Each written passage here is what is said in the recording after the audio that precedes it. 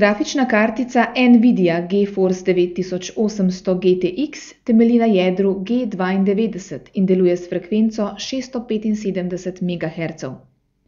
Opremljena je s 512 MB pomnilnika, ta deluje pri frekvenci 1,1 GHz. Poglejmo k priključkom.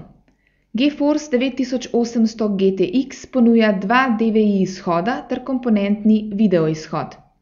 Tako omogoča delo z razširjenim namizjem ter povezavo s televizorjem. GeForce 9800 GTX je po tehničnih lastnostih precej podobna cenejšemu GeForce 8800 GTS s 512 MB pomnilnika. Obe kartici sta si zelo blizu tudi po zmogljivostih.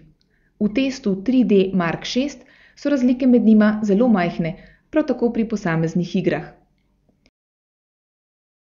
To seveda ne pomeni, da je GeForce 9800 GTX slaba grafična kartica. Vprašanje je le, ali so zgolj za spoznanje boljše zmogljivosti in dodaten SLI priključek vredni višje cene.